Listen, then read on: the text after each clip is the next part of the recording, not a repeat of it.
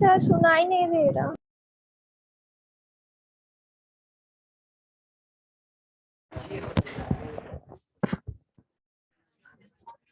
अभी ठीक है? Yes sir.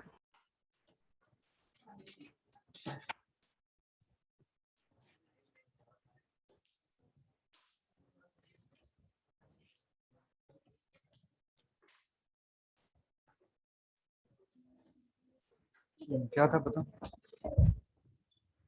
ग्राफ बता।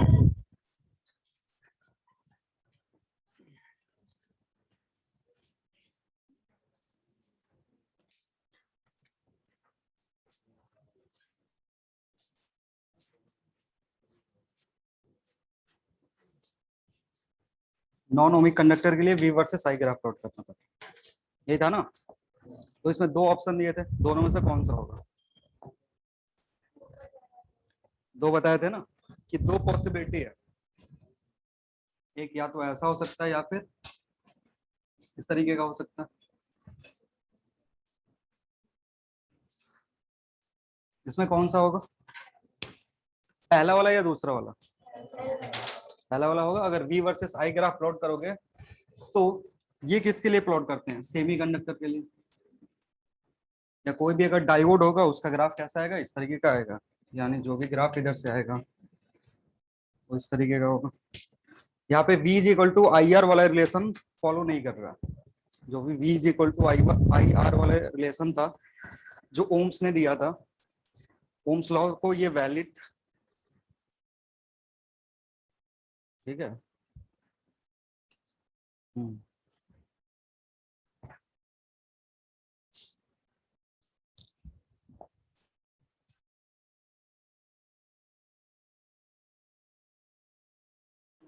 सर म्यूट हो गया आपका।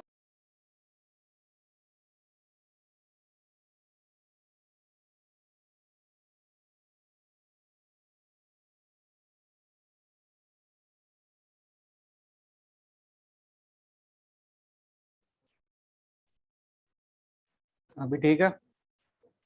Yes sir. तो ऐसे केस में जब हम सेमीकंडक्टर पढ़ रहे थे तो वहां पे हमने डायनेमिक रेसिस्टेंस रिप्रेजेंट किया था। जो स्लोप होगा वो क्या देगा?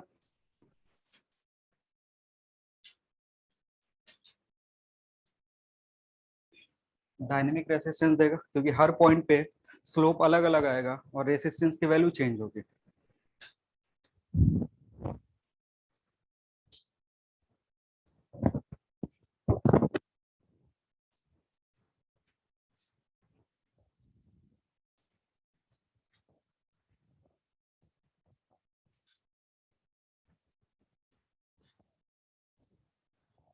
नेक्स्ट हेडिंग लिखो,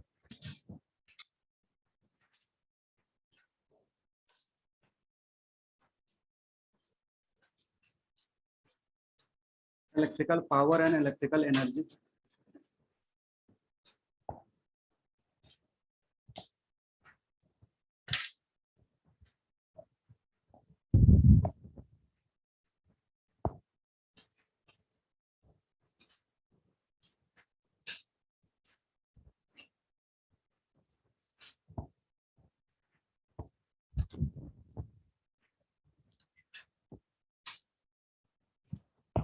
अब समझ लो, ये एक वायर है, यहाँ का पोटेंशियल V1 और यहाँ का पोटेंशियल V2। इसमें करंट दौड़ रहा I, ठीक है। तो तुम्हें क्या बताना है? तुम्हें बताना है कि पावर कितना होगा, इलेक्ट्रिकल पावर कितना होगा, ठीक है ना। देखो इलेक्ट्रिकल पावर का थोड़ा सा फीलिंग समझ लो, क्या होता है इलेक्ट्रिकल पावर। ये जो वायर है इसका कुछ रेसिस्टेंस होगा, जो भी वायर है इसका कुछ रेसिस्टेंस होगा। ये सिंबल रेसिस्टेंस के लिए यूज होता है R। इस पॉइंट का पोटेंशियल V1 है और इस पॉइंट का पोटेंशियल V2 है। तो जब चार्ज इधर से इधर जंप कर रहा होगा, इस रेसिस्टेंस के अक्रॉस जब चार्ज फ्लो हो रहा होगा, मान लो चार्ज DQ चार्ज फ्लो हो रहा है, तो DQ चार्ज V1 से कहा जाएगा V2 तक, उसको अपोज कौन करेगा? ये रेसिस्टेंस। तो जो भी करंट है या जो इलेक्ट्रिकल एनर्जी है उसका काम क्या है? इस DQ को यहां से यहां पहुंचाना। आ रही बात समझ में? इस जो भी करंट है उसका काम क्या है? DQ को, इस रेसिस्टेंस को ओवरकम करके यहां पहुंचाना। तो यहाँ पे जो एनर्जी है UI, उसकी वैल्यू कितनी होगी? अगर चार्ज यहाँ पे इस पॉइंट पे होता तो उसकी एनर्जी कितनी होती? D Q into V1 energy होता है ना, पोटेंशियल एनर्जी कितना होता है, Q इंटू वी। चार्ज कितना है डी क्यू, या इस पॉइंट की पोटेंशियल कितना है। आप इसको यहाँ पे पहुंचाओगे तो यहाँ पे एक पोटेंशियल एनर्जी मिलेगा जिसकी वैल्यू कितनी होगी, डी क्यू इंटू V2। ठीक है, आ रहा समझ में। अब देखो ये दो एनर्जी मिला, इन दोनों एनर्जी में किसकी वैल्यू ज्यादा है, इसका या इसका, इन दोनों में कौन सा ज्यादा है। V1 पे अगर चार्ज होता तो एनर्जी ज्यादा होता, क्यों, क्योंकि जब ये यहां से चल रहा है ना तो वर्क डन करना पड़ रहा है, किसको, करंट को। इस चार्ज को यहां से यहां पहुंचाने के लिए वर्क डन कौन कर रहा है, करंट कर रहा है, क्योंकि करंट को क्या हो रहा है ना, करंट जब आगे फ्लो हो रहा है तो उसको रेसिस्टेंस मिल रहा है, और रेसिस्टेंस उसी रेसिस्टेंस के अगेंस्ट वर्क कर रहा है, और वो वर्क कंज्यूम हो रहा है जिसके चलते उसका एनर्जी क्या हो रहा है, 0.2 पे घट जा रहा है। तो जो भी यहाँ वर्क डन है, वर्क डन, उसकी वैल्यू कितनी होगी,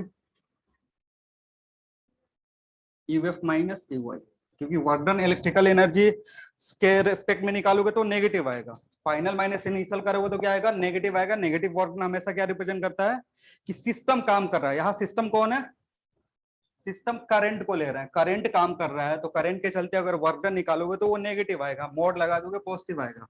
तो यहां से लिख सकते हो डी क्यू इंटू, बोलो, V1 माइनस V2 लिख सकते हैं।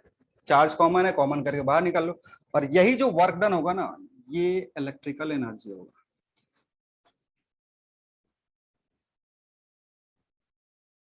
सो इलेक्ट्रिकल एनर्जी जो होगा वो कितना होगा, D Q into V1 minus V2।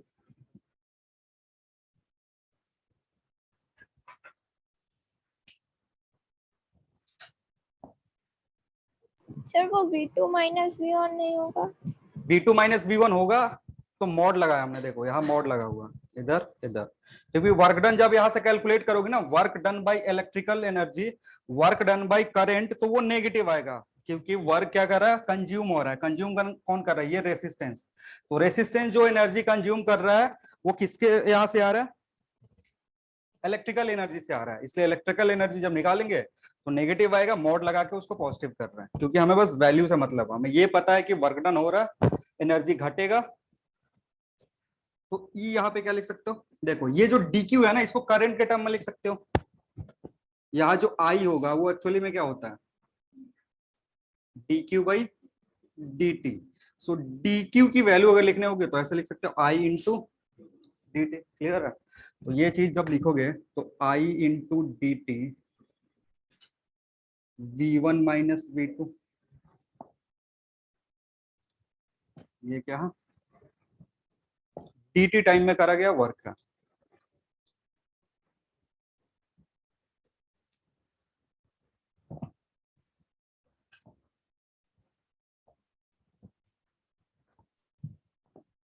और अगर टाइम ज्यादा हो, from energy for large interval, अगर लार्ज इंटरवल के लिए एनर्जी तुमको चाहिए तो ई की जो वैल्यू होगी कितनी होगी, आई। देखो ये भी, ये जो है ना, ये पोटेंशियल डिफरेंस है डेल्टा वी। इसको हम जब जब भी यूज करते हैं, इधर क्या डिनोट करते हैं, भी से डिनोट करते हैं, ठीक है ना। एक्चुअली में ये जो भी है ना, ये क्या है, जब भी हम लोग इलेक्ट्रिक इसमें करंट इलेक्ट्रिसिटी में पढ़ते हैं तो इस वी को ना, इस डेल्टा वी को शॉर्ट फॉर्म में हम इससे रिप्रेजेंट कर देते हैं, वी से रिप्रेजेंट कर रहे हैं। तो ये वी एक्चुअली किसी एक पॉइंट का नहीं है, ये क्या है, पोटेंशियल डिफरेंस है, मतलब इसको चेंज करके मैं वी में लिख रहा हूं। और लार्ज टर्म के लिए क्या होगा, इंटीग्रेट करना पड़ेगा। जब भी लार्ज टाइम है तो लार्ज टाइम के लिए अगर ले रहे हो तो dt किसके लिए था, छोटे से इंटरवल के लिए था। अगर लार्ज इंटरवल के लिए लोगे तो क्या करना पड़ेगा, इंटीग्रेट करना पड़ेगा। और ओम्स लॉ से पता है, and from Ohm's law v is equal to क्या होता है, आई आर के बराबर। तो E कितना हो जाएगा, आई स्क्वायर आर dt। ये फॉर्मूला याद रखोगे।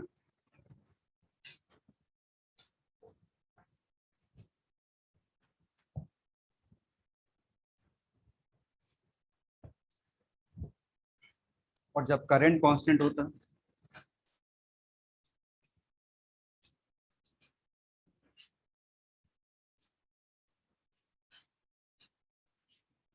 आई जब कांस्टेंट होगा तो ई का जो वैल्यू हो जाता है वो हो जाता है आई square R T.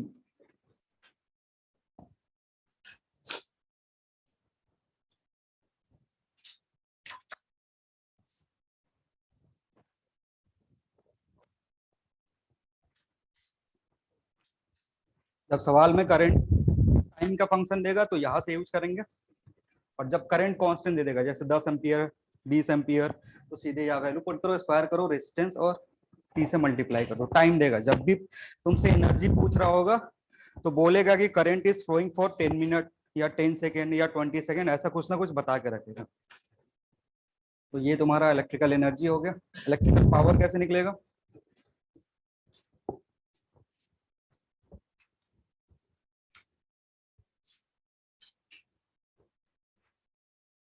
Electrical power क्या होगा? Electrical energy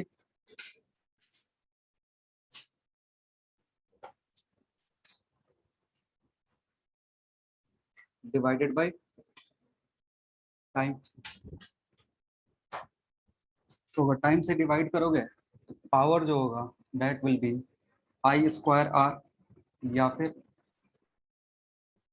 we square by are या फिर वी आई, ये सब यूज कर सकते हैं।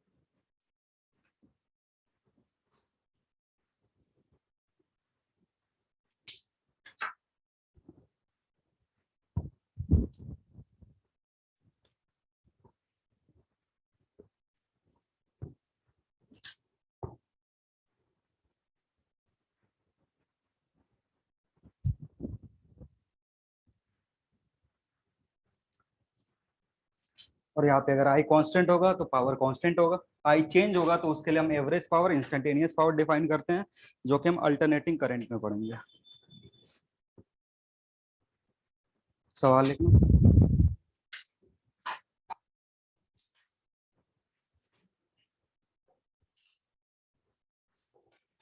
a time varying current a time varying current a time varying current is passing through a time varying current is passing through is passing through a resistance of 10 ohm of 10 ohm. then find then find then find then find electrical energy consumed then find electrical energy consumed by the resistor consumed by the resistors in first 3 seconds in first 3 seconds if I is equal to if I is equal to 3t square for first three क्या बोलूं? if I is equal to 3t square I equals to 3t square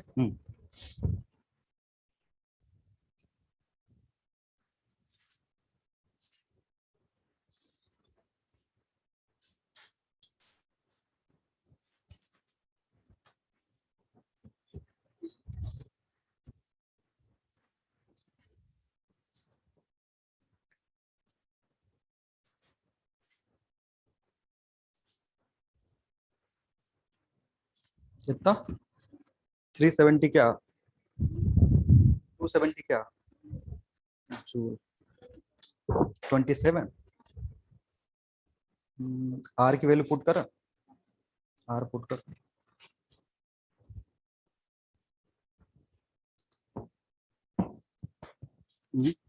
सोचो कौन सा use करेंगे, current constant है या variable है? Variable के लिए कौन सा फॉर्मूला यूज करोगे? कर हाँ वही यूज करना है।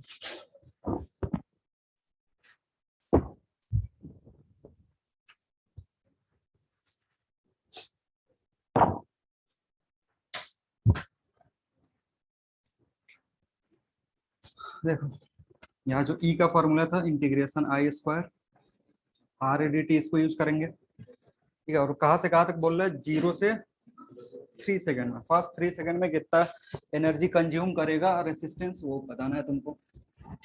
तो देखो आई जो है ना, यहाँ टाइम का फंक्शन है, इसलिए ये वाला फॉर्मूला यूज कर रहे हैं। अगर आई यहाँ पे 10 एम्पियर दे देता तो क्या करते हैं, सीधे यहाँ पुट कर देते हैं। ठीक है ना, तो ई कैलकुलेट करोगे इंटीग्रेशन 0 to 3 स्क्वायर का स्क्वायर 10 और dt, कॉमन क्या आएगा। अच्छा एक मिनट कर लेते हैं, यहाँ से बाहर आएगा 90, 0 to 3 t⁴ dt। ठीक है, ये 3 का स्क्वायर 9 हो जाएगा और 10 90 बाहर, इसको करोगे तो 90 बाहर है और t⁴ कितना होगा,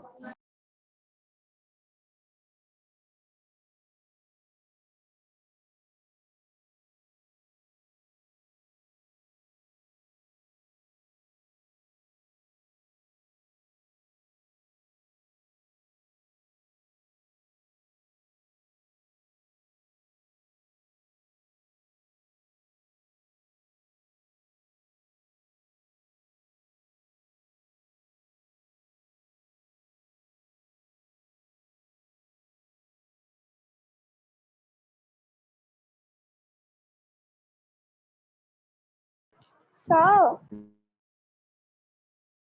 फिजिक्स फैकल्टी फिर से म्यूट दिखा रहा है।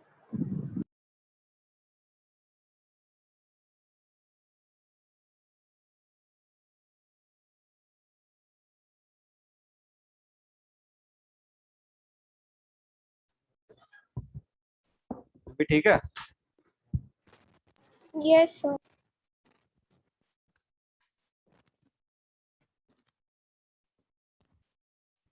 नेक्स्ट लिखो,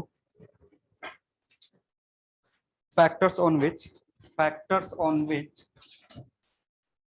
factors on which heading है, factors on which resistance, factors on which resistance depends।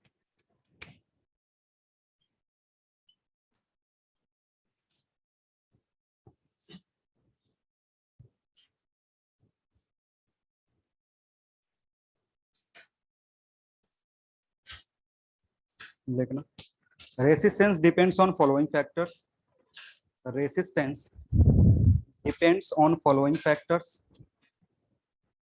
depends on following factors, resistance depends on following factors। Number 1,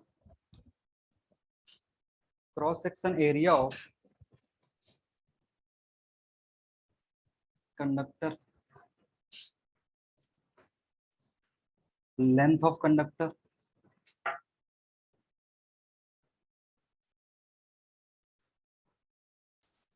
material of conductor,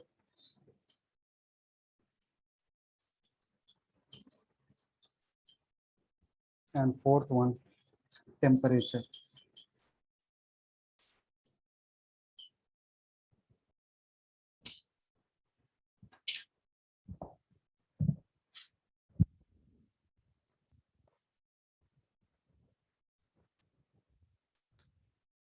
cross section area पे depend करेगा, length पे depend करेगा, material कौन सा उस पे depend करेगा, और टेम्परेचर पे डिपेंड करेगा। इन 4 चीजों पे रेसिस्टेंस डिपेंड करता है कंडक्टर का। समझते हैं सबसे पहले वाले, देखो पहले वाले में क्या है, जो हमारे पास फॉर्मूला है रेसिस्टेंस का, रेसिस्टेंस का जो फॉर्मूला था क्या था, R = ρl/a। ठीक है ना, तो जब एक के चलते चेंज देखेंगे ना तो बाकी सबको क्या मानेंगे, कांस्टेंट मानेंगे। अभी के लिए हम क्या करें, इसके चलते चेंज देख रहे हैं तो बाकी जो 3 फैक्टर है उसको कांस्टेंट मांगने दो। तो बाकी जो 3 फैक्टर है उसमें लेंथ, मटेरियल और टेम्परेचर है, तो लेंथ को कांस्टेंट करेंगे और रो को कांस्टेंट करोगे तो आर जो है वो इनवर्सली प्रोपोर्शनल टू क्या होता है, क्रॉस सेक्शन एरिया। मतलब अगर क्रॉस सेक्शन एरिया बढ़ाओगे तो रेसिस्टेंस क्या होगा, डिक्रीज होगा, और अगर क्रॉस सेक्शन एरिया घटा रहे हो तो रेसिस्टेंस इंक्रीज होगा। ठीक है ना, अब इसमें एक कंफ्यूजन होता है बच्चों को ना, जैसे सवाल में वो आगे अभी बताएंगे, लेकिन सवाल में कभी कभी क्या होता है, बस एरिया का चेंज बता दिखाता है विदाउट चेंज इन लेंथ, और कभी कभी सवाल में एक टर्म लिखा होता है स्ट्रेचिंग ऑफ द कंडक्टर। तो ये दोनों चीज अलग अलग है। अभी स्ट्रेचिंग पढ़ेंगे उसमें समझेंगे कि दोनों अलग कैसे हैं। तो ये पहले केस का हो गया, ठीक है। दूसरे केस में क्या होगा, दूसरे केस में ये नंबर 1 है। नंबर 2 में क्या होगा कि अगर इधर से देखोगे तो आर जो है वो डायरेक्टली प्रोपोर्शनल टू क्या है, लेंथ है। अगर लेंथ इंक्रीज करोगे तो रेसिस्टेंस इंक्रीज होगा। If length is increased, resistance increases, और length is decrease, resistance decreases.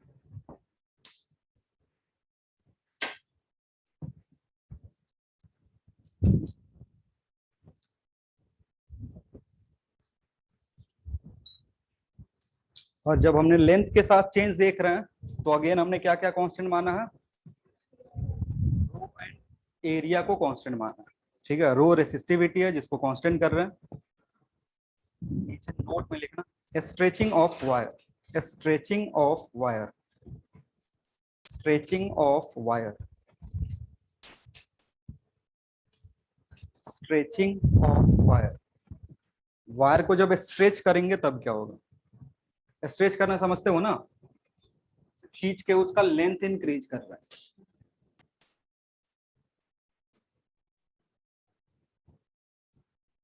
चलो समझते हैं, इसमें लिखना पहले, लिखना when a wire is stressed, when a wire is stressed,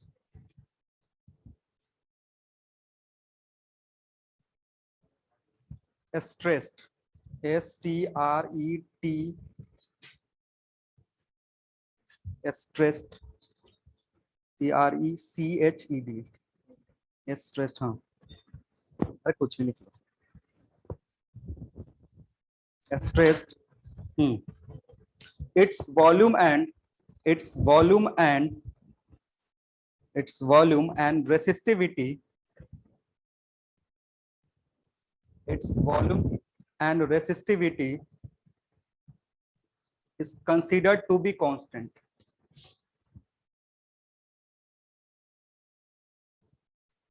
Its volume and resistivity is considered to be constant.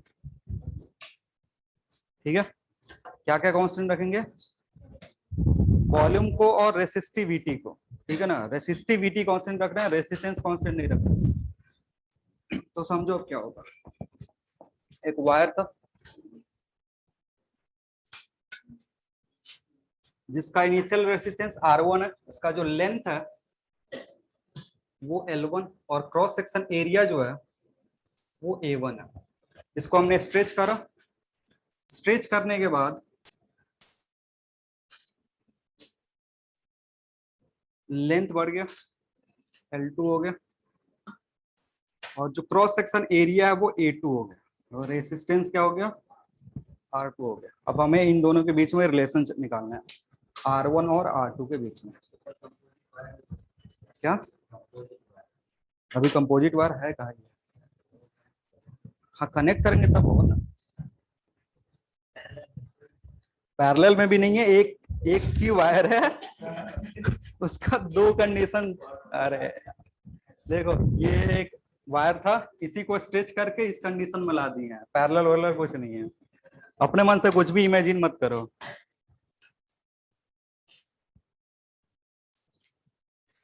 चलो रेसिस्टेंस का फॉर्मूला ये है तुम्हारा, ये जो रेसिस्टेंस का फॉर्मूला, अब इसमें देखो क्या हो रहा है, हमने रो को कांस्टेंट रखा, जो भी रेसिस्टेंस है R1 उसकी वैल्यू लिख सकते हो रो L1 बाई A1, ठीक है।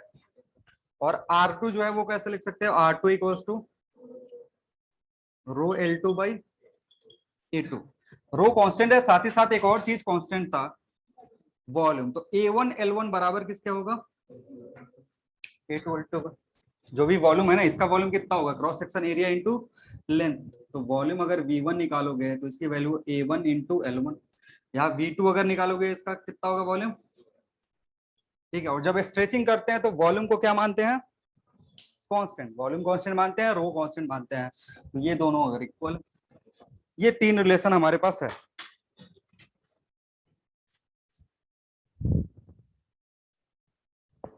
अब देखो यहाँ पे क्या होता है ना कि यहाँ पे जब सवाल देगा तो या तो बस लेंथ देगा, या तो लेंथ का चेंज देगा, और नहीं तो एरिया देगा या फिर एरिया का चेंज देगा।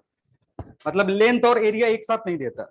जब इधर से स्ट्रेचिंग से सवाल आएगा तो क्या देगा, समझो क्या क्या दे सकता है। इनिशियल लेंथ दे सकता है कि मान लो इनिशियल लेंथ L1 है, या फिर चेंज दे सकता है R1 एंड R2 से रिलेटेड सवाल पूछता है। R1 देगा तो R2 पूछ लेगा, और नहीं तो R1 बाई R2 का रेशियो पूछेगा। ठीक है, इधर से ऐसा ही सवाल आता है। और दूसरा टाइप क्या बनेगा, या तो एरिया दे देगा या फिर delta area. Again R1 R2 में से कोई गायब कर देगा, और नहीं तो फिर इसका रेशियो पूछ लेगा। ठीक है, दोनों नहीं देगा, एरिया देगा तो फिर लेंथ नहीं देगा, और लेंथ देगा तो एरिया नहीं देगा। तो हमें क्या करना पड़ेगा, इसको रिप्लेस करना पड़ेगा किसके, किसी एक फॉर्म में, या तो लेंथ के टर्म में या फिर एरिया के टर्म में। ताकि अगर एरिया के टर्म में पूछ रहा है तो सीधे एरिया पुट करे कैलकुलेट कर ले, या फिर लेंथ पूछ रहा है तो सीधे लेंथ रखेंगे और क्या करेंगे, लेंथ के टर्म में कैलकुलेट कर लेंगे। तो लिखना इफ लेंथ इज गिवन,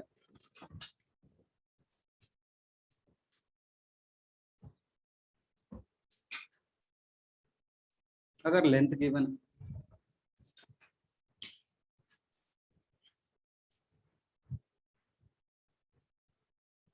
तो लेंथ गिवन है तो R1 तो इजिली आ जाएगा। R1 पहले लिखोगे L1 बाई A1, और R2 लिखोगे rho into L2 by A2। अगर इसका रेशियो लोगे R1 बाई R2 कितना आएगा,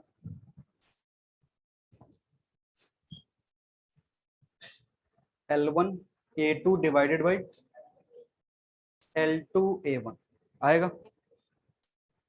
अब जरूरत पड़ेगा इसका, क्योंकि एरिया हमें हटाना है। एरिया क्या करना है, एरिया हटाना है। तो जब एरिया हटाओगे हमें क्या चाहिए, A2 बाई A1 चाहिए। यहाँ से A2 बाई A1 का जो वैल्यू होगा किसके बराबर होगा, L1 बाई L2 गए तो यहाँ पुट करोगे तो R1 बाई R2 जो होगा वो होगा L1 बाई L2 का होल स्क्वायर। तो स्ट्रेचिंग करते हैं ना तो रिलेशन क्या होता है, चेंज हो जाता है। रिलेशन क्यों चेंज हो रहा है, क्योंकि हम वॉल्यूम को कांस्टेंट मान रहे हैं। जो इनिशियल वॉल्यूम था वही वॉल्यूम क्या है, फाइनली भी है।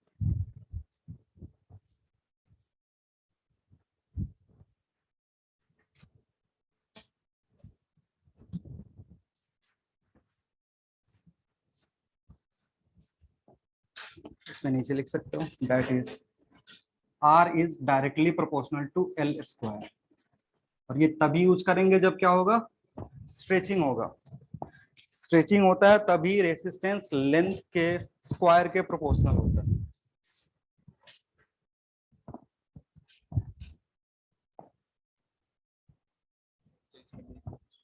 क्या, हाँ वो लूज हो गया था।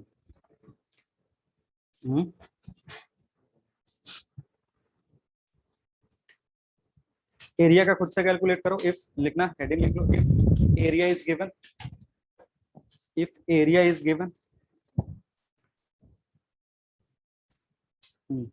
रिलेशन डेवलप करो। क्या होगा रिलेशन, अगर एरिया गिवन हो तो कैसे कैलकुलेट करें।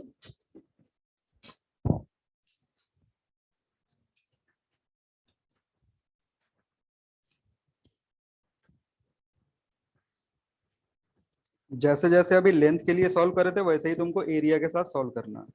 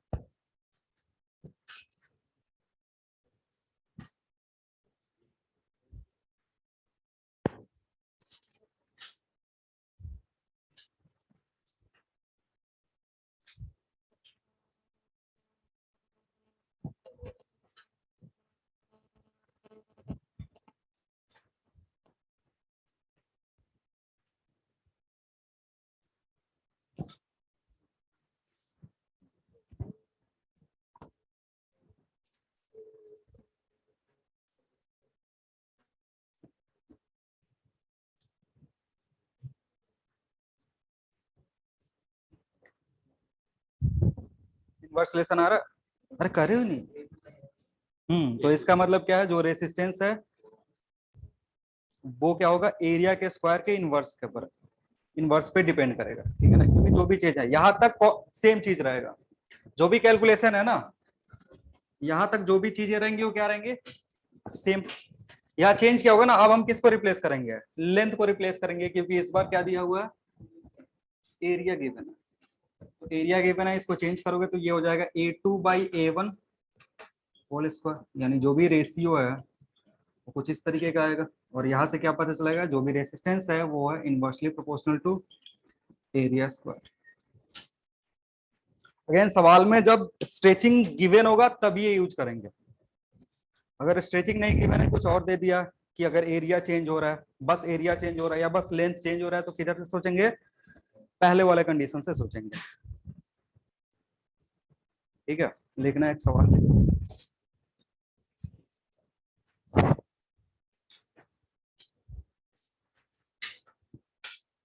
लिखना, if length of a wire, if length of a wire is increased by 3 times, if length of a wire is increased by 3 times, by stretching, by stretching, by stretching, then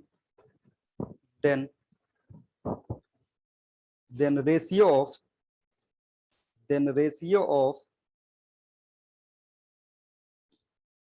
of final to initial resistance is, then ratio of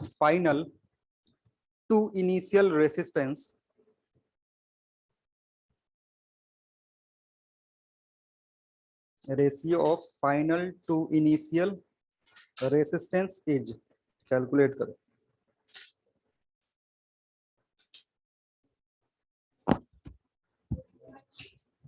इसके बाद कुछ नहीं, dash दे दोगे वही calculate कर।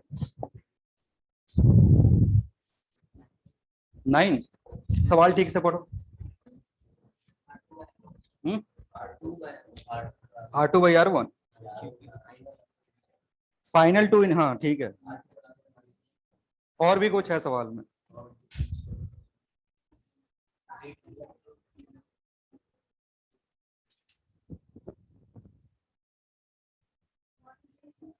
One is to initial to final पूछा या final to initial? हाँ तो वो एक बार चेक कर लो। So 9:1. ऑनलाइन भाई किसी ने करा? So 9:1. नहीं, फिर से चेक करो, 9:1 नहीं होगा।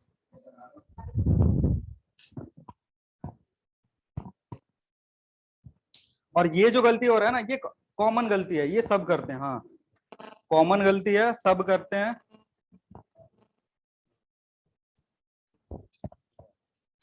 इंक्रीज बाय 3 टाइम्स है, मतलब जो L2 होगा ना, L2 होगा 4L1। बाई का मतलब क्या होता है कि अगर चेंज निकालते तो वो 3 टाइम्स से इंक्रीज होता। जब 2 लिखा रहता है ना ऐसे, इंक्रीज 2, ये एक बार बताए थे पहले भी, इंक्रीज 2 3 टाइम्स लिखता तो इसका क्या मतलब होता, L2 = 3L1। फिर सॉल्व करते 9:1 आता, लेकिन अगर यहाँ पे सॉल्व करोगे तो कितना आएगा, R2/R1 जो होगा वो होगा 16/1। अरे बात समझ में?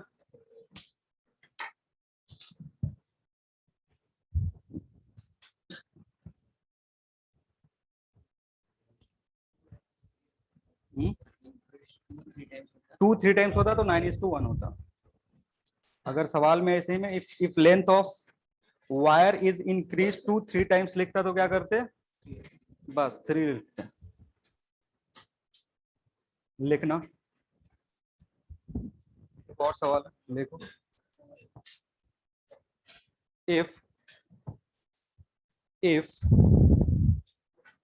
if length of a wire, if length of a wire is increased by is increased by A, ऐसे लिखिए, A 5%, B 20%, then find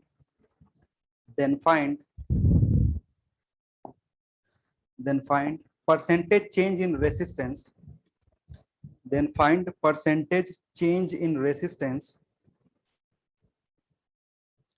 then find percentage change in resistance respectively, then find percentage change in resistance respectively.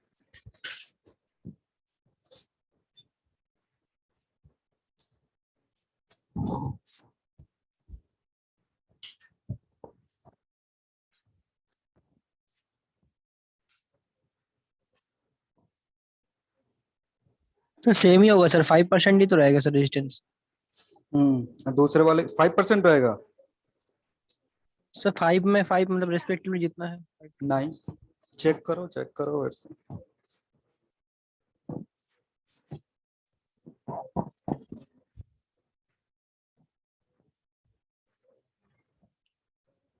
Sir, 2.5%. 2.5 नहीं,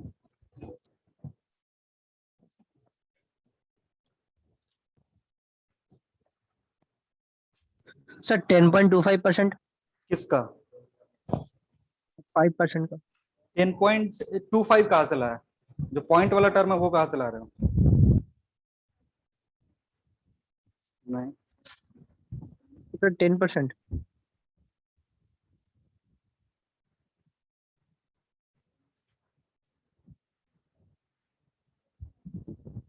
किससे calculate करो? Directly proportional to length वाले से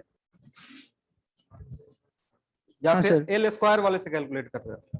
sir L square वाले से sir. ये स्ट्रेचिंग का प्रॉब्लम है, स्ट्रेचिंग वाला, नॉर्मल वाला नहीं है, स्ट्रेचिंग का प्रॉब्लम है।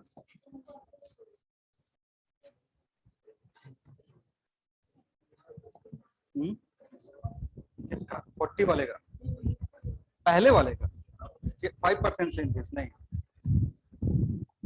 ये जो प्रॉब्लम है ना, ये स्ट्रेचिंग का प्रॉब्लम है, इसलिए R is directly proportional to L square का यूज करेंगे। क्या हो गया? क्या सिखा रहे हो? हमको भी सिखा। हाँ बताओ अरे बताओ तो, हमें बताओ। हाँ तो फिर परसेंटेज चेंज निकाल लो इससे। नहीं देखो, रेशियो निकाल सकते हो ना, रेशियो निकालोगे तो फिर वहां से चेंज निकालो। अच्छा, चेंज निकालने नहीं आता है?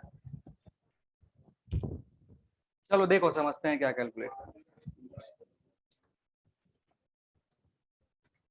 Sir formula R2 minus R1 by सुनो R1 चलो इंटू समझते हैं। 100। जो भी रेसिस्टेंस का चेंज है ना, वो दो तरीके से पूछ सकता है, या तो परसेंटेज फॉर्म में, या तो फिर सिर्फ सीधे तुमको टाइम्स वाला टर्म दे देगा और उधर से कैलकुलेट करना होगा। तो जब परसेंटेज फॉर्म में देगा तो कैसे कैलकुलेट करेंगे? परसेंटेज फॉर्म में देने का मतलब है, अगर L2 कैलकुलेट करोगे तो वो होगा जो भी परसेंटेज दिया हुआ है उसका, ऐसे L1 1 प्लस जो भी परसेंटेज है n डिवाइडेड बाई 100। जो भी परसेंटेज दिया हो उसको ऐसे निकालते हैं। आ रही बात समझ में? क्या करेंगे कि जब L2 निकालना होगा, परसेंटेज चेंज मतलब अगर इसी सवाल में देता मैं n% से, तो जो L2 का वैल्यू होगा ना वो कितना होगा? L1 into 1 plus n by 100। Percentage का क्या मतलब होता है? जो भी टर्म है उसमें डिवाइड कर दो 100 से, उसमें 1 ऐड कर दो और L1 से मल्टीप्लाई कर दोगे तो क्या दे देगा? वो फाइनल लेंथ दे देगा। तो यहां से फाइनल लेंथ तुम्हारा निकलेगा इस फॉर्मूला से। ठीक है ना? ये मैथ में पढ़ाया जाता है 8-9 क्लास में। ऐसे मत बोल देना सर मेरा मैथ्स नहीं था। हाँ 8-9-10 पास ही होकर के आए हो। बिना पास करे आ गए हो क्या? स्कैम करके आ गए हो? किसके चाचा विधायक है? चाचा विधायक है तो यार सीधे सीट खरीद लो ना, क्यों यहाँ पे टाइम बर्बाद कर। हाँ चलो देखो, इसके बाद क्या करना होता है? यहाँ से सीधे रेशियो आ जाएगा। अब रेशियो क्या कहता है ना, L2 बाई L1 जो होगा उसकी वैल्यू कितनी हो जाएगी? 1 प्लस n बाई, अरे सुनो ठीक है। सो यहाँ से जब रेसिस्टेंस निकालोगे R1 बाई R2 या R2 बाई R1 निकालो, R2 बाई R1 कितना होगा? L2/L1 का होल स्क्वायर होता है। तो ये वैल्यू पुट करोगे तो कितना होगा 1 + n/होल स्क्वायर। ठीक है,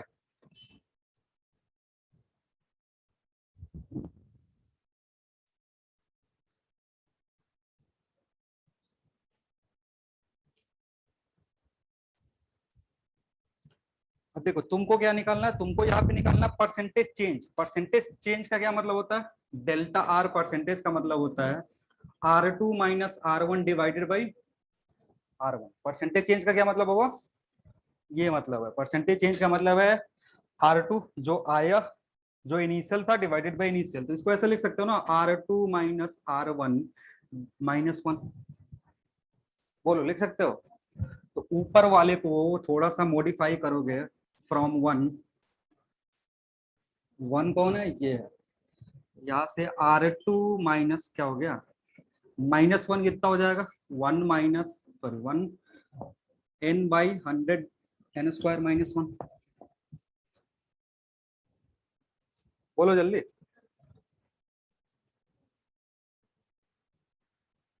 होगा।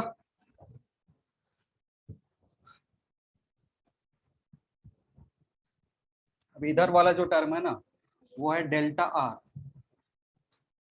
तो डेल्टा आर की जो वैल्यू होगी 1 माइनस, अभी 1 को रहने दो ऐसे ही, प्लस ही लिखो, n²/100 का स्क्वायर प्लस n² -1।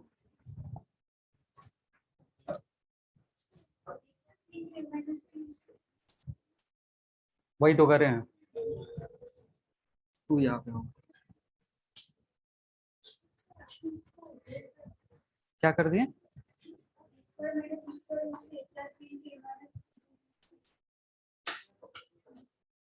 कौन सा, अच्छा इसको सिंप्लीफाई कर रहे हो, a² - b²। अरे वैसे भी कर, मैं क्या, ये कैंसिल आउट हो जाएगा, सेम रिजल्ट आएगा, n² + 2n² डिवाइडेड बाई, कैसे भी करोगे उतना ही आएगा। अब कान इधर से पकड़ो चाहे इधर से, बात बराबर है।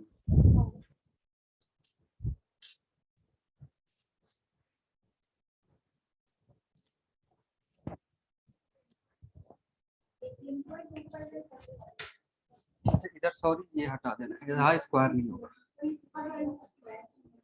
2n, 1 मिनट बड़ा गलती है, n²/100² या 100² होगा, और इधर ऐसा होगा, ऐसा होगा। लेकिन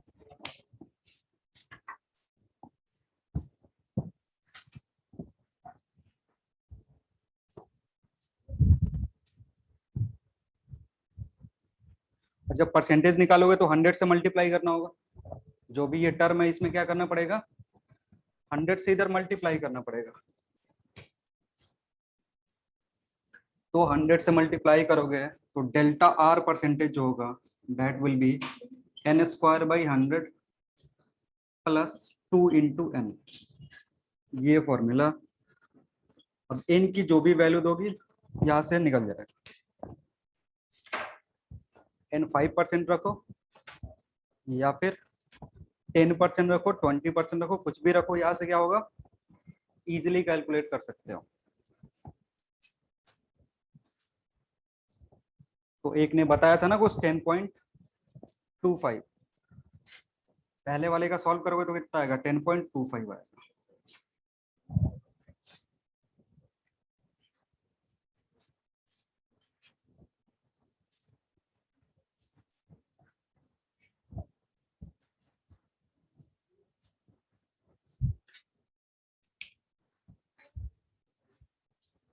अब देखो इसमें भी ये जो फॉर्मूला है ना, ये हमेशा के लिए याद नहीं रखना, इसमें भी एक स्पेशल केस होता है।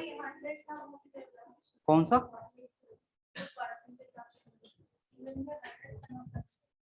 2n/100, अरे ये 100 से मल्टीप्लाई करें है ना परसेंटेज में चेंज करने के लिए।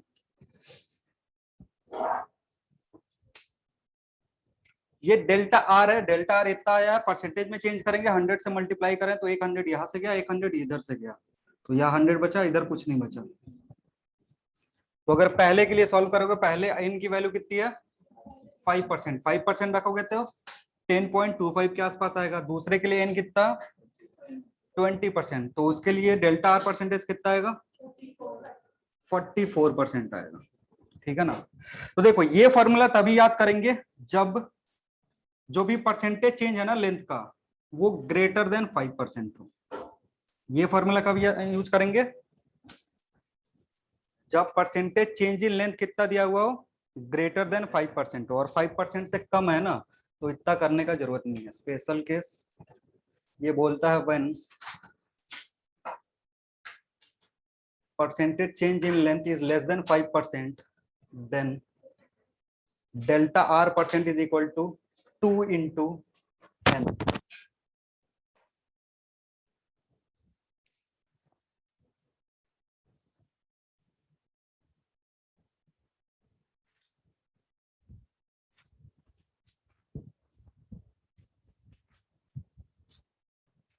क्या होगा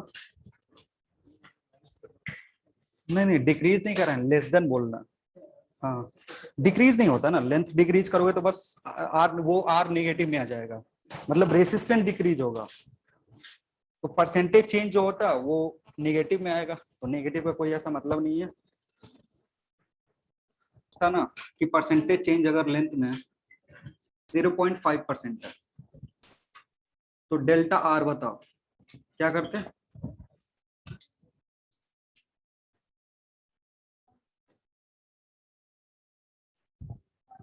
अगर ऐसे ही प्रॉब्लम में क्या होता परसेंटेज चेंज इन लेंथ दिया हुआ है 0.5%, तो डेल्टा आर परसेंटेज कैसे निकालते हैं, कुछ ज्यादा कैलकुलेशन करने की जरूरत नहीं था, ये यूज कर लेते हो। तो 2 इंटू 0.5% मतलब 1% का चेंज किस में आएगा रेसिस्टेंस में आएगा। ठीक है। और जो ऊपर वाला फॉर्मूला है वो कब यूज करेंगे, हाँ 2n plus N square by 100 वाला जो है वो तभी यूज करेंगे जब भी परसेंटेज चेंज 5% से ऊपर दे दिया गया हो, तब उसको यूज करना। क्योंकि अगर जो 20% वाला है ना 20% वाले में अगर सॉल्व करोगे तो यहाँ से सॉल्व करोगे तो आंसर कितना आएगा 40%, जो कि गलत है। आंसर कितना होगा 44% होगा, दोनों ऑप्शन में होगा। लेकिन अगर ये जल्दीबाजी में इसलिए याद होता है क्योंकि ये आसान है, सीधे 2 इंटू मल्टीप्लाई करके लिख के 40 टिक करके आ जाते हैं। ठीक है, ध्यान रखना क्योंकि अगर जब भी 5% से ज्यादा देगा तो ज्यादा गलती होता है। ठीक है, नेक्स्ट लिखो, लिखना इफ रेडियस, सवाल है ये भी, if radius of a wire, if radius of a wire is increased to 3 times, is increased to 3 times, is increased to 3 times by compressing it, by compressing it, then find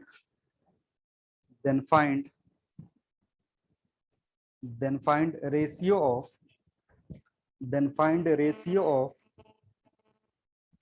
then find ratio of initial to final resistance, ratio of initial to final resistance।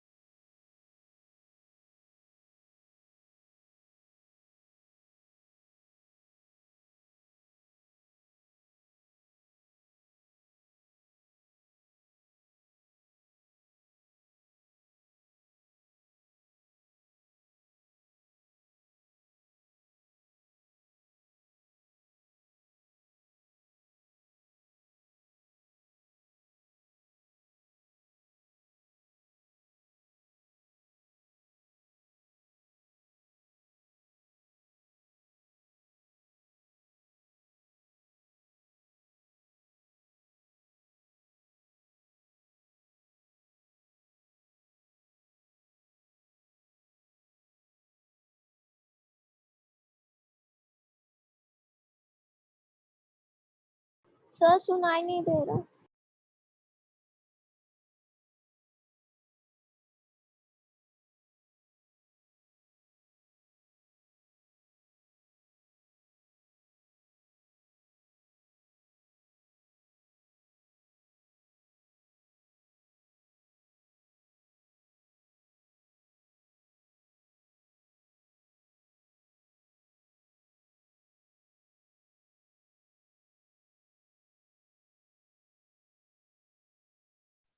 Sir सुनाई नहीं दे रहा sir.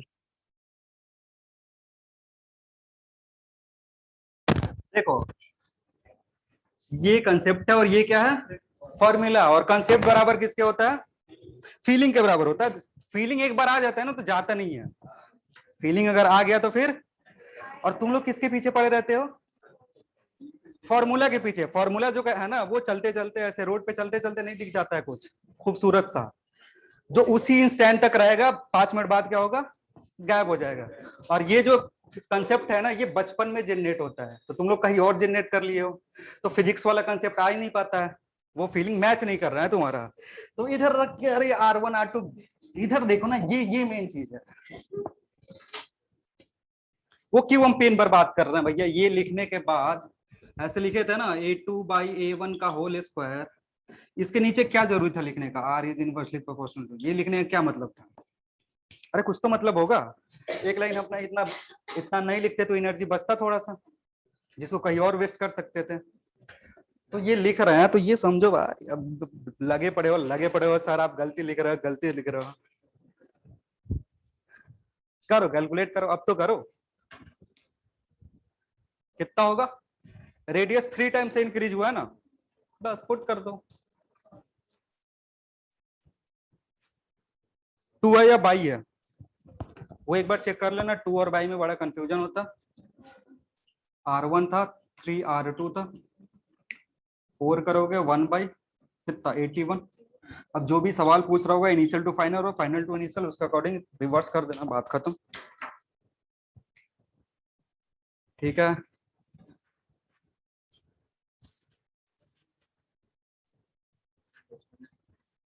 क्या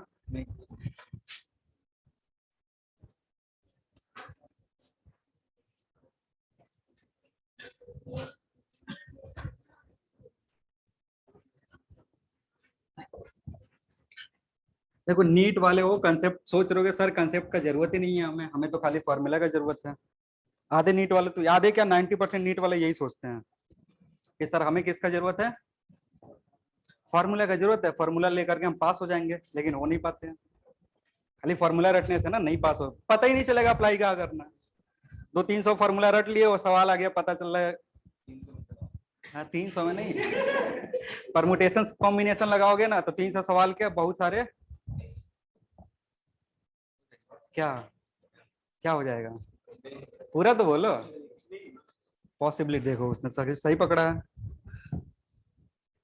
तुम दोनों साथ में क्यों नहीं बैठते हो, तुम दोनों साथ में बैठ, नहीं जमता है, नहीं जमता है, क्यों, दिक्कत क्या तुम में या उसमें, दिक्कत किस में है,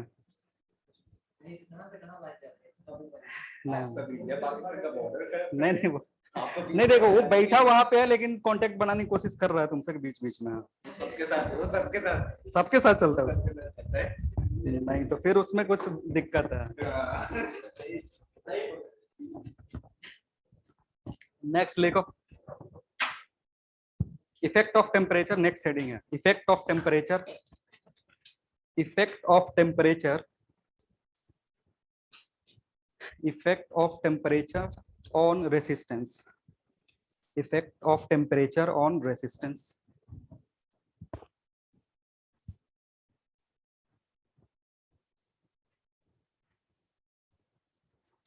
लिखना इसमें,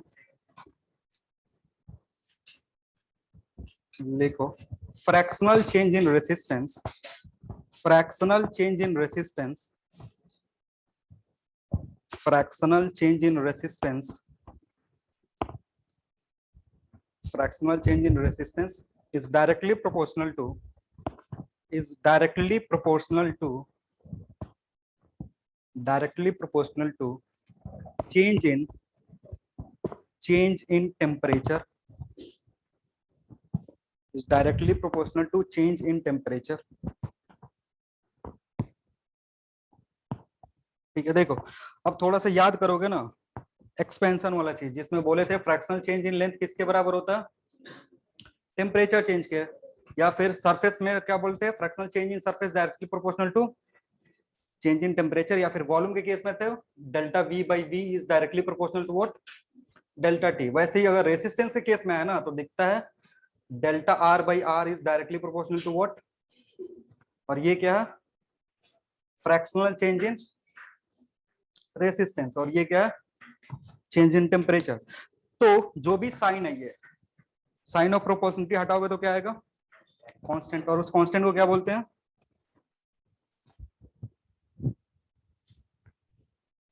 थर्मल कोफिशिएंट ऑफ रेसिस्टिविटी। क्या बोलेंगे, थर्मल कोफिशिएंट ऑफ रेसिस्टिविटी। तो उसके नीचे लिखना है दैट इज, क्या हो गया है, किसको डिस्टरबेंस हो रहा है, और डिस्टर्ब कर कौन रहा है,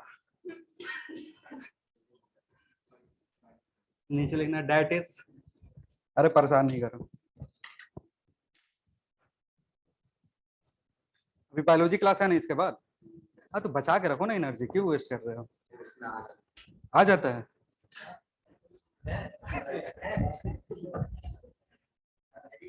अच्छा चलो थोड़ा सा हम बताएंगे बायोलॉजी सर को कि सर आपके क्लास में बच्चे बड़े एनर्जेटिक रहते हैं, क्या बात है।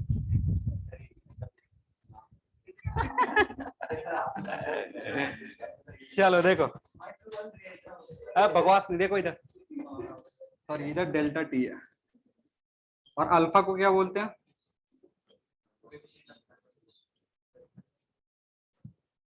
कुछ भी बोल दो, thermal coefficient of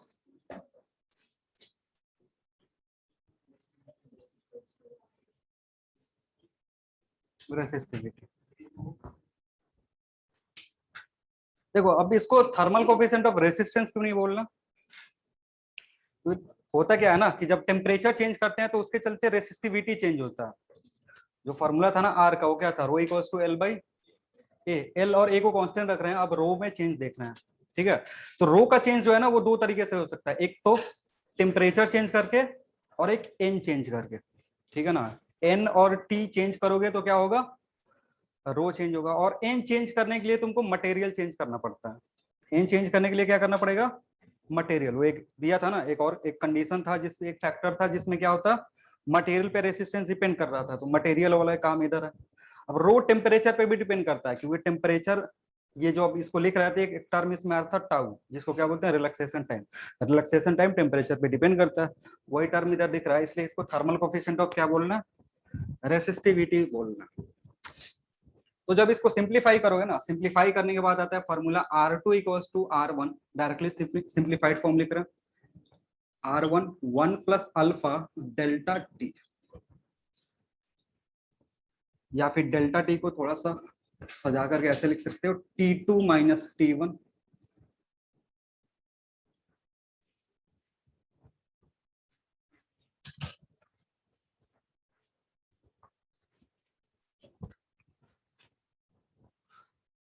where R2 resistance है,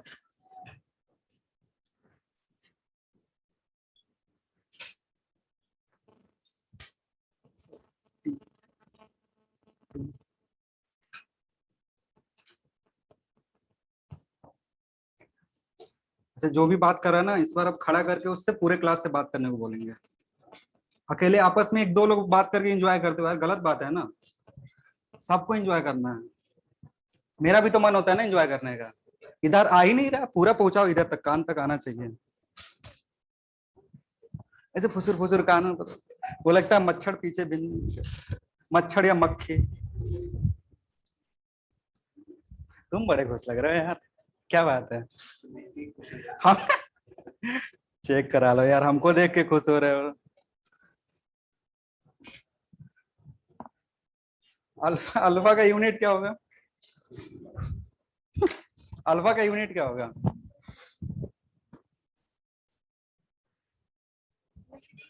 यूनिट नहीं होगा ना, होगा, ऐसा नहीं होता, यूनिट होगा, सेल्सियस इनवर्स या केल्विन इनवर्स। ठीक है ना, अरे बताए थे इसका यूनिट, सेम ही चीज है जो उधर वॉल्यूम वॉल्यूम में पढ़े थे ना, वही चीज है। तो अगर सेल्सियस में देगा तो सेल्सियस में पुट करना। अब इसमें भी एक स्पेशल केस बनता है। अब स्पेशल केस क्या है,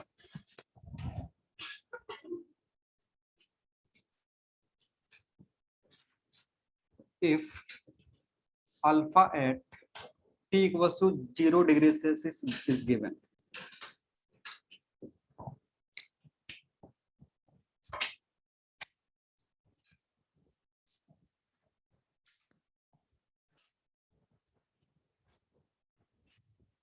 देखो कभी कभी किसी किसी सवाल में क्या करता है, अल्फा की वैल्यू किस पे दे देता है, 0 डिग्री सेल्सियस पे। सवाल में लिखा रहेगा कि जो भी वैल्यू है थर्मल कोफिशिएंट का वो कब दिया हुआ है, तो at temperature T RT is equal to R 1 plus alpha T। और RO जो है ये कहाँ का रेसिस्टेंस है, RO कहाँ का रेसिस्टेंस है, हाँ, eight 0 degree Celsius.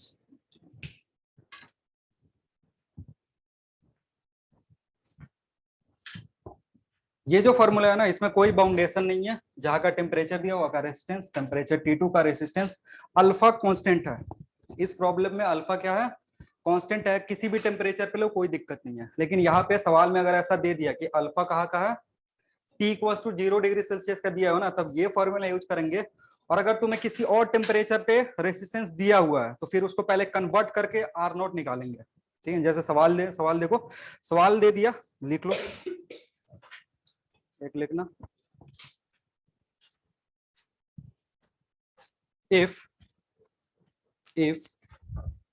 at 10 degree Celsius, if at 10 degree Celsius resistance of a wire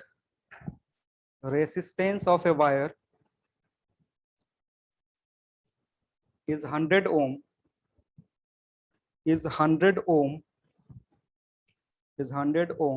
find its resistance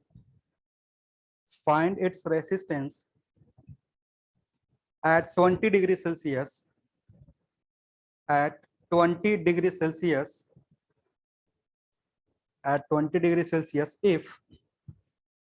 if thermal resistivity coefficient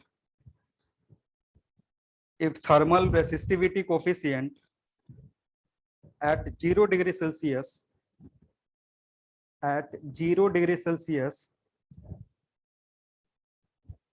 is 1 degree Celsius inverse, is 1 degree Celsius inverse.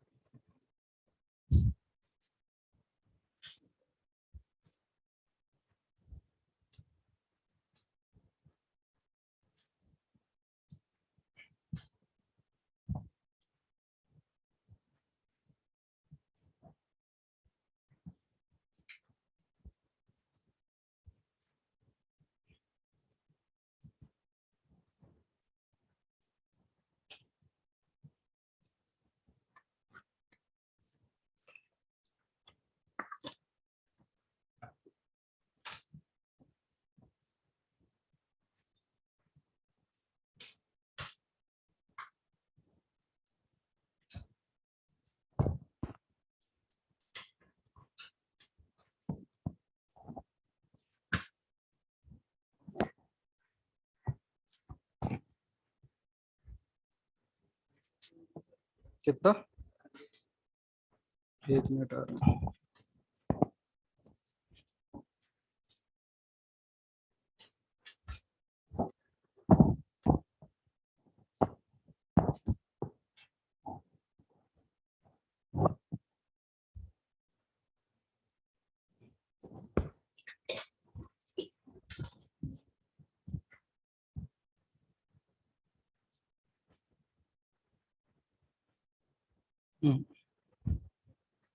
कितना आ रहा,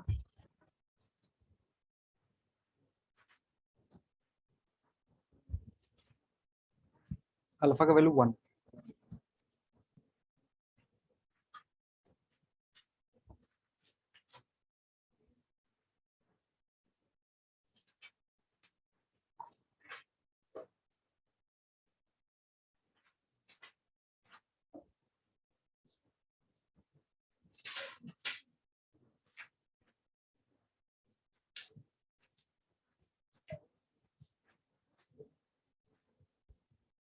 नहीं कर पाते।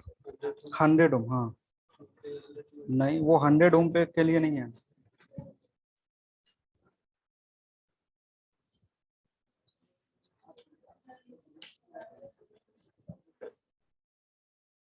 हम्म, यही करना, करो कैलकुलेट। सर हाँ सही 190 कर रहे हो, सही कर रहे हो। चलो देखो, यहाँ जो भी अल्फा का वैल्यू दिया वो कब दिया हुआ है, 0 डिग्री सेल्सियस पे दिया हुआ, कितना 1 डिग्री सेल्सियस इनवर्स। तो इसके लिए हम फॉर्मूला जो यूज करते हैं R2 क्या होता है, R0 1 plus alpha T use करते हैं। तो पहले जो हमें दिया हुआ वो लिखते हैं, आर दिया है 10 डिग्री सेल्सियस पे, कितना 100। आर हमें निकालना कब है, 20 पे निकालना है। तो मान लो आर 10 की जगह यहाँ रख सकते हो, 100 equals to R0 1 plus alpha into alpha का वैल्यू कितना 1 इंटू 10, और नीचे रखोगे R is equal to R कब 20 डिग्री सेल्सियस पे, R0 1 प्लस 1 इंटू 20। आ रही बात समझ में, क्या कर रहे हैं यहाँ ना, R0 का वैल्यू हमें नहीं पता है। R0 कब का रेसिस्टेंस था, 0 डिग्री सेल्सियस पे। यहाँ पे सीधे ये वाली वैल्यू इधर पुट करके सिंपलीफाई नहीं करेंगे। अब इसका रेशियो ले लो, रेशियो लोगे तो कितना आएगा, इज इक्वल टू इधर 11 और इधर 21। सो आर जो होगा that will B 21 into 100 divided by 11, कितना जो भी अप्रोक्सीमेट आएगा, अबाउट 200 के आसपास जो ऑप्शन होगा वो टिक कर सकते हैं। 190 कितना, जो 110 कर रहा था उसका यही गलती हो रहा था।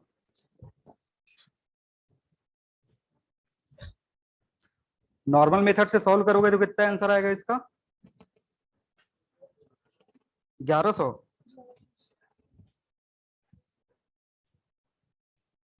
हाँ तो ये ध्यान रखना, तभी ये स्पेशल केस में समझाया गया, अलग से समझाने का मतलब है कुछ तो अलग होगा। नेक्स्ट हेडिंग लिखेंगे carbon resistor and colour coding.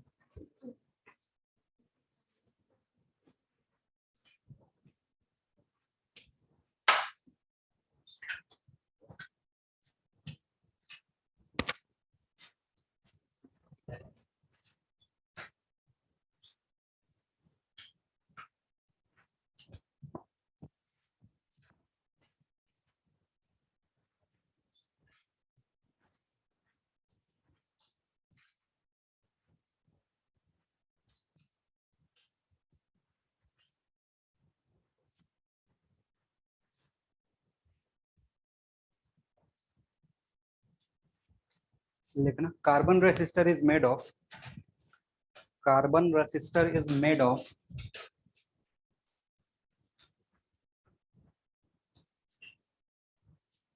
carbon resistor is made of carbon dust or graphite paste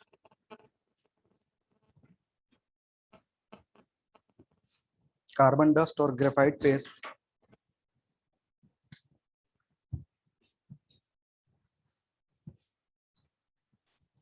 ये एक स्पेशल टाइप का रेसिस्टर है, और भी अलग अलग रेसिस्टर होते हैं लेकिन हमें बस यही पढ़ना है।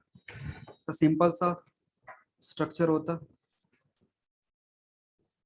मेटालिक लीड, ये इंसुलेशन है, और इसी के अंदर कार्बन डस्ट।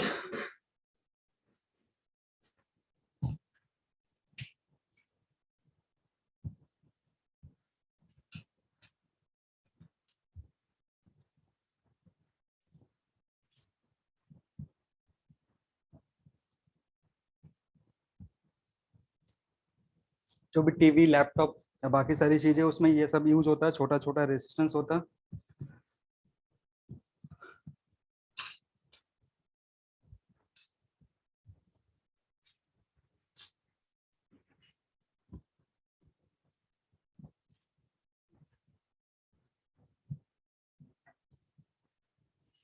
मेन जो इसमें काम है वो कलर कोडिंग का है। एग्जाम में जो सवाल आता है वो कलर कोडिंग से आता है।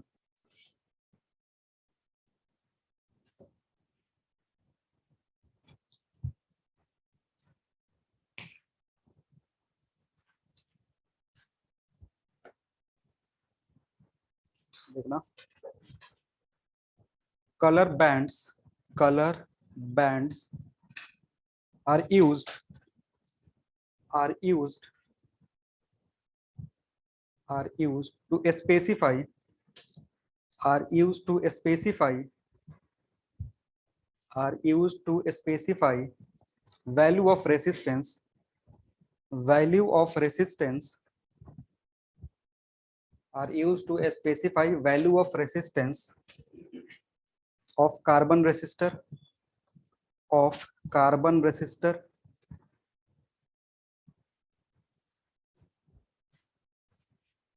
of carbon resistor. लिखना, it consists of four bands. It consists of four bands in which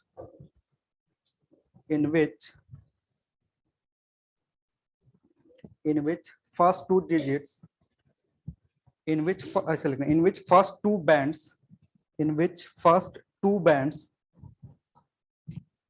first two bands represent first two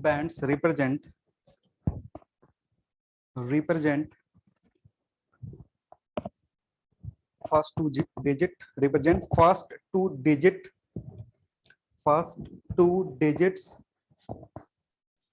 first TWO first two digits and third first two band represent first two digits and third band represent number of zeros. Third band represents number of zeros.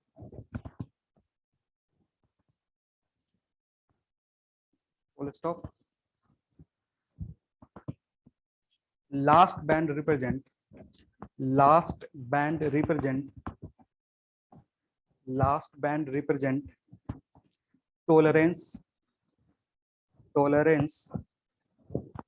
on the value of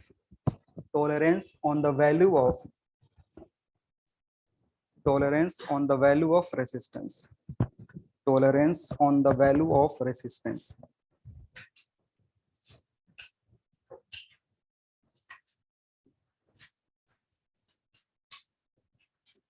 ये पहला वाला first digit, ये second digit, ये करेगा number of zeros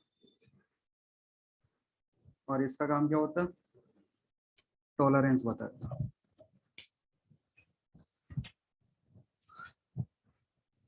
और ये चारों अलग अलग कलर हो सकते हैं, सेम भी हो सकता है एक दो।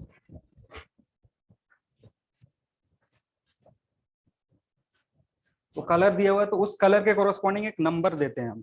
जो भी कलर दिया होगा उसके कोरस्पॉन्डिंग क्या है, एक नंबर है जो कि याद करना होता है। जो भी नंबर है उसको क्या करें, याद करना। बहुत ही आसान मेथड है उसको याद करने का।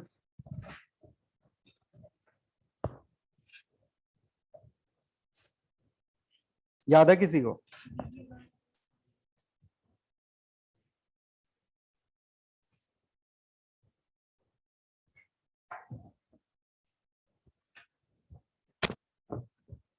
यही होता है।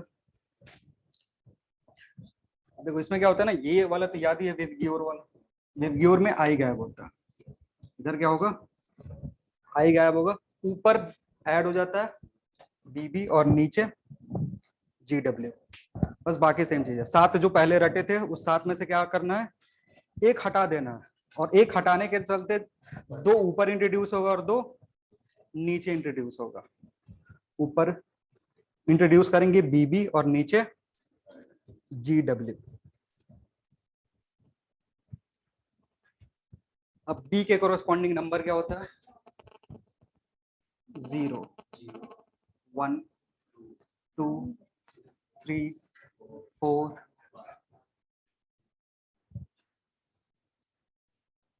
8 के बाद 9।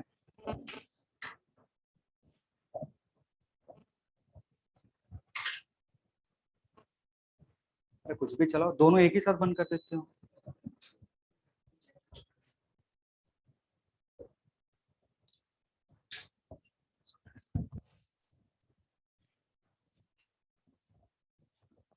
लास्ट ईयर इस पे एक सवाल आया था, कलर कोडिंग पे एक सवाल आया था।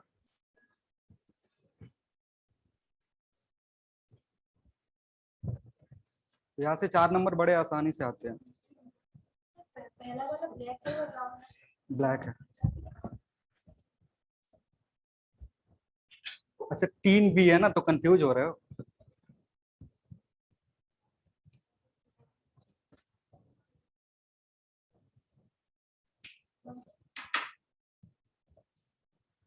Black, brown, red, orange, yellow, green. अब तीसरा भी क्या है? ब्लू है, वो भी प्योर वाला, उस पर कंफ्यूज मत होना। ब्लैक मतलब अंधेरा, अंधेरा मतलब कुछ नहीं, कुछ नहीं मतलब 0।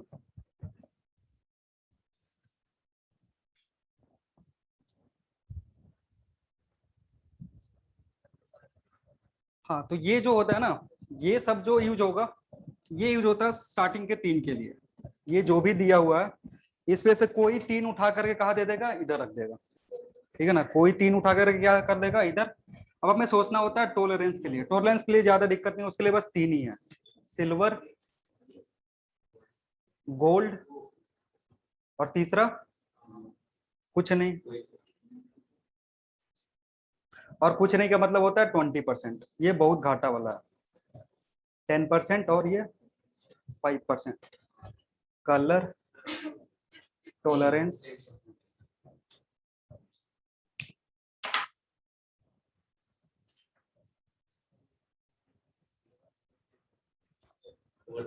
हाँ तो रिवर्स कर लो अगर ऐसा होता है, चेंज कर लो।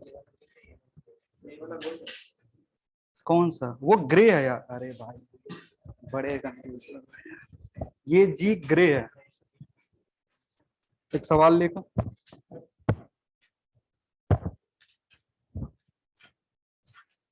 सवाल तो यार इससे रिलेटेड है ही नहीं।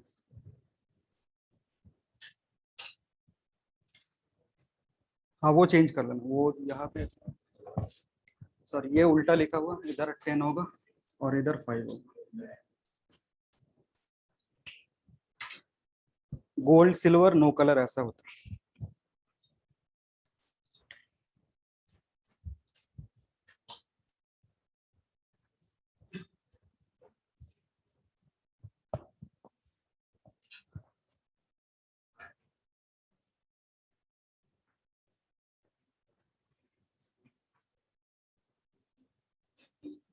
इसके लिए कैलकुलेट करना,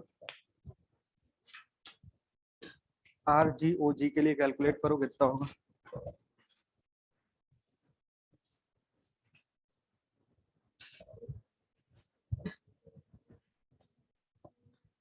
इसमें कंफ्यूज हो गए, ग्रे लिख लो।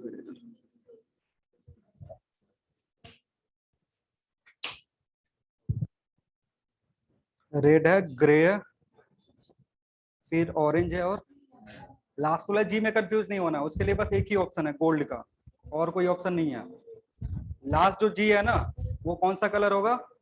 गोल्ड होगा। तो ये गोल्ड टॉलरेंस में बस 3 ही आते हैं, सिल्वर, गोल्ड या नो कलर। क्या डब्ल्यू कौन सा? हाँ डब्ल्यू वाइट है। अरे कलरलेस का मतलब होता है कुछ नहीं देगा। नहीं नहीं, ये उस पे लिखा रहता है जैसे 3 बैंड देगा। 3 बैंड है यानी चौथा मिसिंग है। 3 बैंड है ना, तो चौथा मिसिंग है, चौथा मतलब नो कलर हो गया। हाँ मिसिंग, मिसिंग का मतलब होता है नो कलर। 2 5 10⁻³ plus minus 5%। ठीक है 2 8 है, ग्रे है, ये ग्रे है बस, 8 है वो। चलो देखो, ये रेड किसको रिप्रेजेंट करेगा? रेड रिप्रेजेंट करता है 2 को, और ग्रे किसको रिप्रेजेंट करेगा? 8, ऑरेंज 10⁻³ ठीक है ना, मतलब 3 जीरो, ये किसको लेकर के आएगा, 3 जीरो को लेकर के आएगा। और टॉलरेंस कितना है, 5%। तो जो रेसिस्टेंस का वैल्यू होगा वो होगा 28 इंटू 10⁻³ और टॉलरेंस लिखने का तरीका ऐसा होता है ±5%। टॉलरेंस मतलब होता है एरर, ठीक है। और एरर कैसे लिखते हैं, ±5% करके।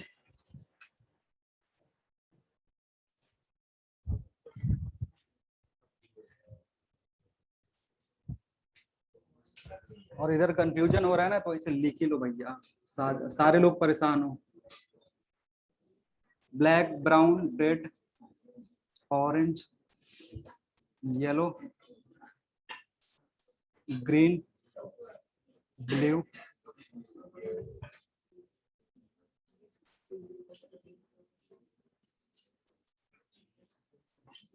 हाँ अब ये लिख लेना, फिर बार बार मत पूछा करो कौन सा क्या है।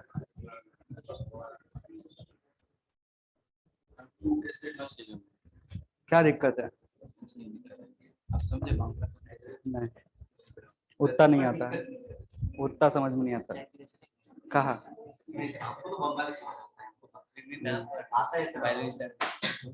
कहा, अच्छा हाँ, आपको आता है? अरे पूरा नहीं आता है बस। कौन सा मीम पे रिएक्ट देखे तुमने, बांग्ला मीम पे रिएक्ट, अच्छा वो पानी वाला, तो फिर कौन सा। हाँ जी, हाँ पर बता देना, मैसेज कर देना, जो भी वो टैग कर देना नीचे, हाँ नीचे टैग कर देना, वो पता चल जाएगा मतलब। चलो ठीक है, फिर आज के लिए इतना ही। क्या हो गया, और पढ़ने का मन है क्या फिजिक्स, नहीं ज्यादा खुश लग रहे हो, ज्यादा लग रहा हो तो पढ़ा देंगे, फिर बायोलॉजी बंद कर देंगे आजकल।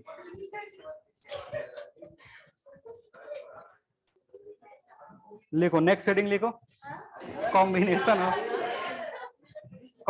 Of resistors, combination of resistors. अरे लिखो तो, हाँ आता है, कॉम्बिनेशन ऑफ रेसिस्टर्स।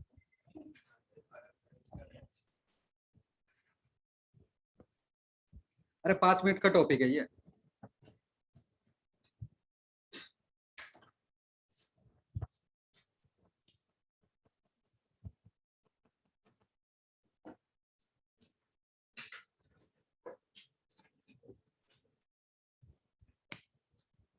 चलो थैंक यू, नेक्स्ट क्लास में मिलते हैं।